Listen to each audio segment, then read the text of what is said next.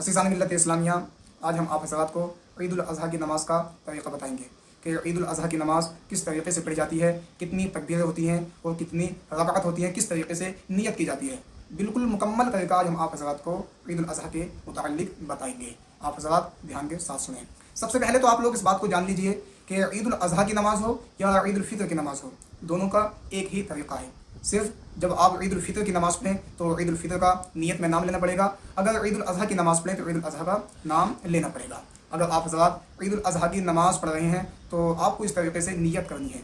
नियत की मैंने 2 रकात नमाज वाजिब ईद उल अज़हा ज़ायद 6 तकबीरों के अल्लाह ताला के लिए हैं, पीछे इस इमाम के मुँह मेरा तरफ काबा शरीफ के अल्लाहु अकबर। इस तरह से आपको नियत करनी है और नियत करने के बाद आपको तकबीर कहनी है। अल्लाहु अकबर कहते हुए हाथ को नाफ के नीचे बांध लेने हैं।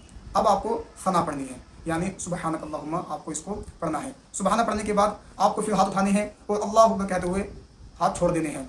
फिर आपको हाथ उठाने हैं और अल्लाहु अकबर कहते हुए हाथ आपको छोड़ देने हैं। फिर तीसरा के आपको अल्लाहु अकबर कहते हुए हाथ बांध लेने हैं। अब इमाम अल्हम्दु शरीफ पढ़ेगा, फिर वो कोई सूरत मिलाएगा, जो भी उसको सूरत छोटी याद होगी उसको पढ़ेगा। उसको पढ़ने के बाद इमाम रुकू में जाएगा, सजदे में जाएगा। इसी तरह से एक रकात मुकम्मल हो जाएगी।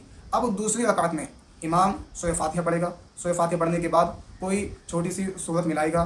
सूरत मिलाने के बाद रुकू में जाने से पहले उसको 3 तकबीरें कहनी है, अल्लाहु अकबर, अल्लाहु अकबर, अल्लाहु अकबर। ये 3 तकबीर हो गई। अब वो चौथी तकबीर कहते हुए अल्लाहु अकबर रुकू में चला जाएगा।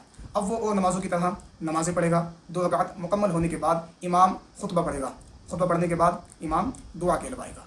इस तरह से ईद उल अज़हा की नमाज़ आप हज़रात को पढ़नी है। जब इमाम दुआ कहलवा दे, दुआ कहलवाने के बाद सभी हज़रात आपस में गले मिलें, एक दूसरे को मुबारकबाद पेश करें, एक दूसरे के लिए दुआएं